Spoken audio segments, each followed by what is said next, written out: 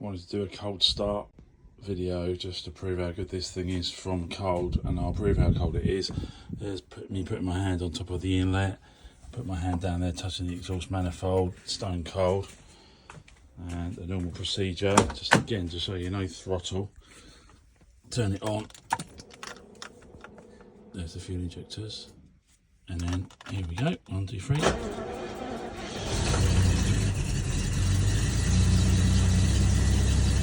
you go.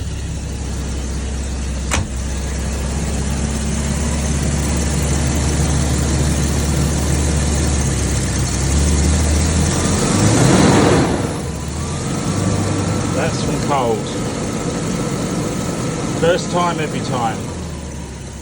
That's it idling after what, 10, well, 30 seconds. Look how smooth that is.